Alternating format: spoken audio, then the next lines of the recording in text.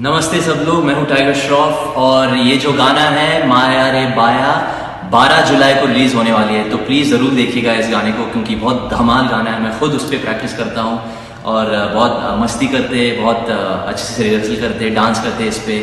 तो just go have fun और watch the song guys. Piece.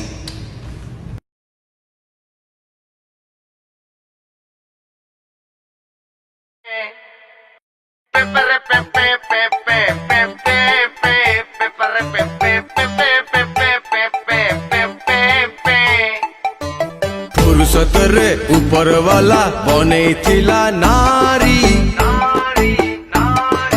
काकू कला काली साबेनी काकू कला गोरी। फुर्सत रे ऊपर वाला बनेइथिला नारी काकू कला काली साबेनी काकू कला गोरी।